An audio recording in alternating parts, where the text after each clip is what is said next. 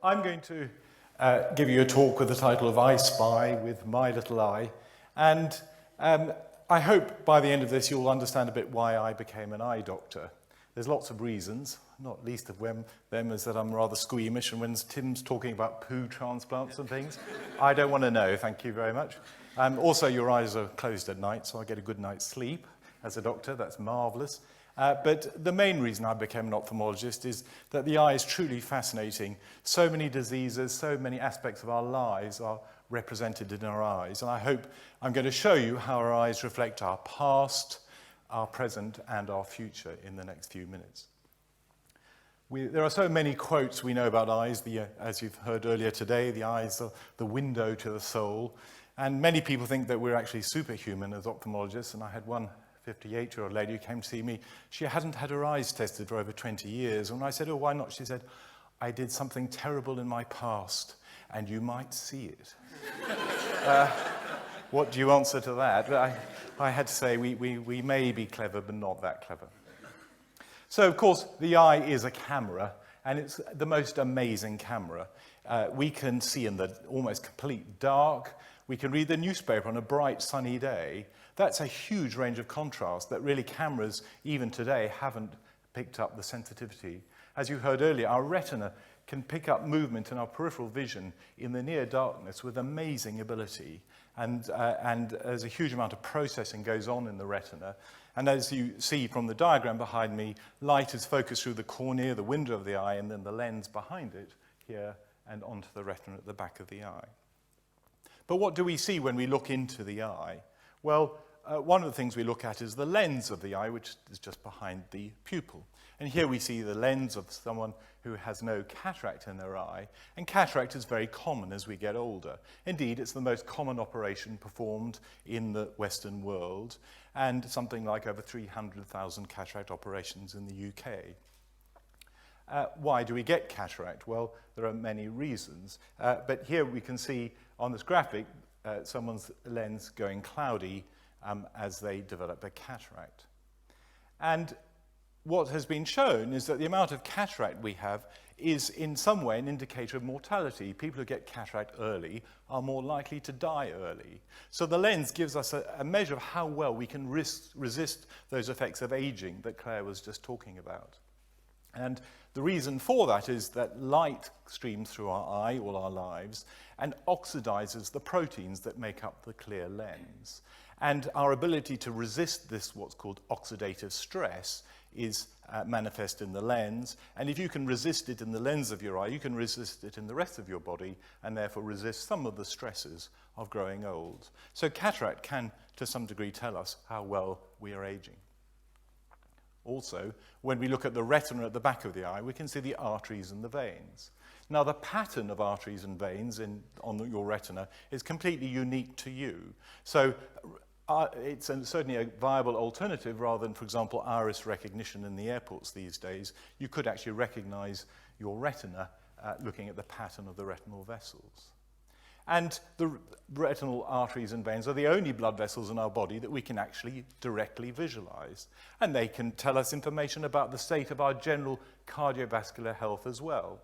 So we can measure the diameter of the arteries and the veins, and that can tell us, for example, whether someone has an increased likelihood of developing a stroke in the future, developing high blood pressure, developing heart attacks. So again, the eye is pretty amazing. We can actually see the circulation and see how healthy or otherwise it is.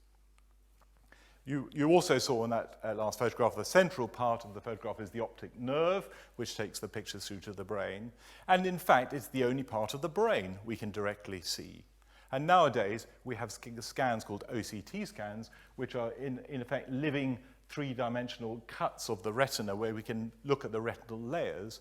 And we can measure something called the retinal nerve fiber layer. And that represents the health of our nerve cells and is related to the density of brain cells in our brain. And as you saw from Claire's MRI earlier, people who are losing brain cells and therefore at risk of developing dementia they have thinner retinal nerve fiber layers. So this may be a marker that we can use in terms of trying to test new strategies. And certainly there's some interesting work going on looking at the effects of exercise on your retinal nerve fiber layer as a marker of that exercise protection of aging. So it's pretty incredible, isn't it? The eye can tell us an awful lot about a person, not just simply relating to the fact that it does focusing and sees. Well, they say two things you can't avoid in your life are death and taxes. And I'm going to suggest a third thing you can't avoid, and that's wearing spectacles. This is an old figure from the 1970s, but it shows illustrates the point that during the teens and the 20s, the amount of people wearing glasses goes up, and that's mainly due to myopia or short sight.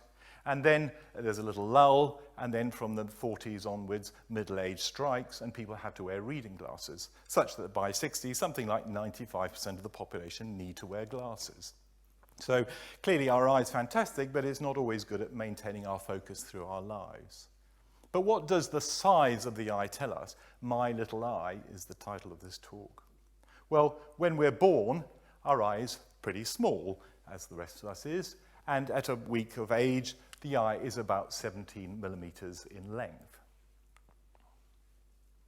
And the eye grows fairly rapidly, but when we're born, we're all long-sighted, and that is that the rays of light are focused behind the retina because the eye is still very short. Now, we can overcome that long sight by altering the focus of the lens of our eye. So children in particular are very good at overcoming long sight, so they can bring the focus onto the retina at the back of the eye. And the eye grows fairly rapidly over the first few years of life, and the axial length is 18 millimeters at about 3 months of age, and it is growing fairly steadily during our infancy. And by the age of 2 years old, it's about 21 millimeters in length, so still less than an inch. At that stage, the cornea, the window of the eye, which actually does 3/4 of the focusing of our eye, is sort of pretty much fully grown, which is why the eye is relatively much bigger in our bodies than the rest of our bodies. So when you look at cartoons of children and baby animals, Bambi and so on, they've always got enormous eyes in relation to their body size, because that's actually true about humans as well. And we continue to grow, and 3 and 5. And by late childhood, early adolescence, our eye is now mature, and the eye stops growing. We've actually reached a point called emmetropia, at which rays of light from the distance are focused directly onto the retina by the lens. Now, this is an active process that's controlled by the eye itself. You can cut, in animal studies, you can cut the optic nerve to the brain, and the eye will still grow until it reaches focus and then stop growing. And the signal to stop in animals is very powerful.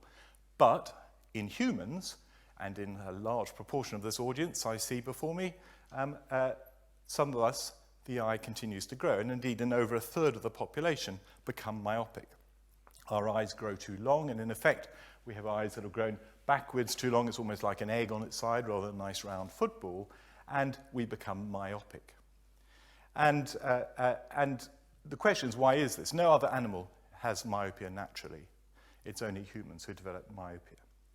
Well, we've already heard reference today to nature versus nurture. And as you've heard, twin studies, before I move on to that, you can see that the light is focused in front of the retina now because our eyeballs are too long, and unfortunately we can't overcome that. We have to wear spectacles, contact lenses, or have laser surgery to correct our short sight. So twin studies, as you've heard today, have been used to try and work out how much of this variation is due to genetic factors and how much of it is due to environmental factors, the nature versus nurture, or as we should say after Julian's talk, the nature and nurture discussion. Well, we've measured the degree of short and long sight in over 3,000 pairs of twins at King's College London. And the graph on the right shows the results. If we plot the degree of short and long sight of twin 1 against twin 2, on the right-hand side here we see the identical twins, and they're really very similar. If one is short-sighted, the other twin is very likely to be short-sighted, and indeed a very similar level of short sight as well. But the non-identical twins on the left-hand side of the graph, you can see there's much more scatter. They're still related, but much more scatter around it. And when we do the maths, we suggest that the degree of heritability, that's the amount of variation in our refractive error in this country, is something like 80%. So a very highly heritable trait.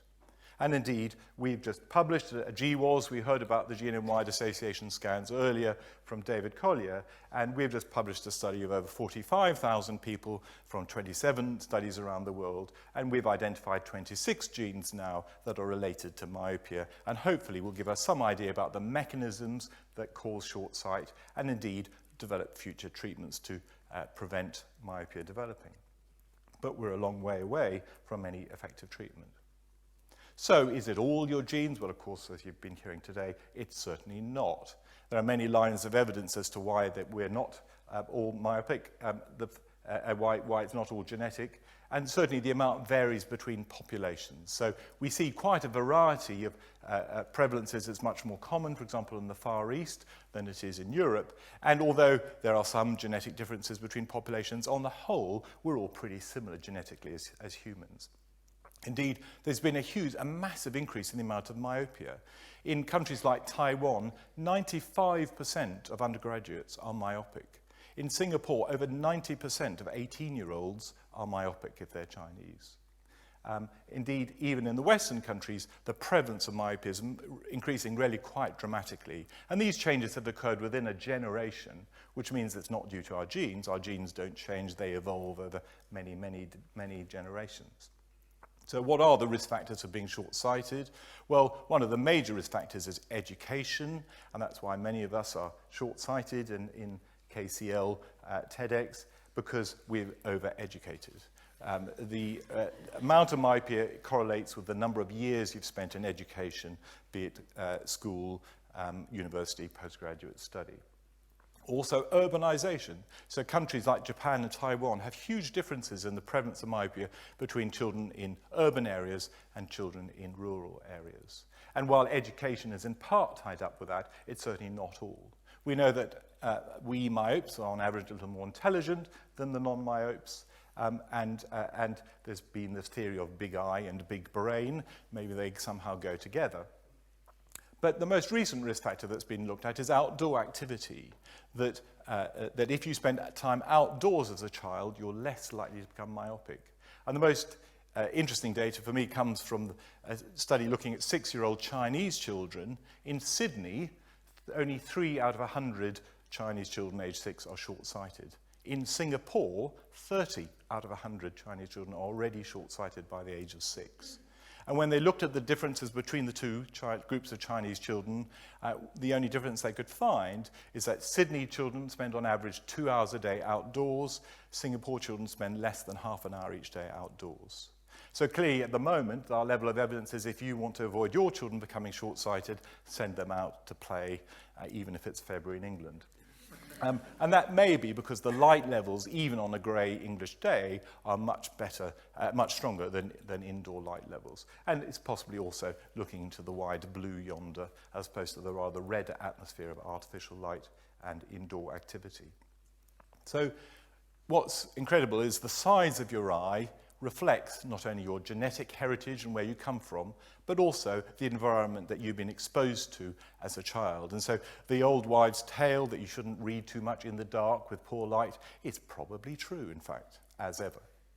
So I hope I've managed to convince you that the eye is a very interesting, albeit very small part of our body, and reflects so much about who we are, where we've been, and where we're going. I wanted to end with a quote, and there are so many wonderful quotes, and Helen Keller, the most famous blind person, who said that sight must be one of the most delightful of the senses, and drink to me only with thine eyes, wonderful poem. But instead, because it's nearly the end of the day, and because you must always remember also that your eyes may deceive you, maybe we should conclude with this quote, that beauty is in the eye of the beer holder. I hope you can join us for a drink afterwards. Thank you very much.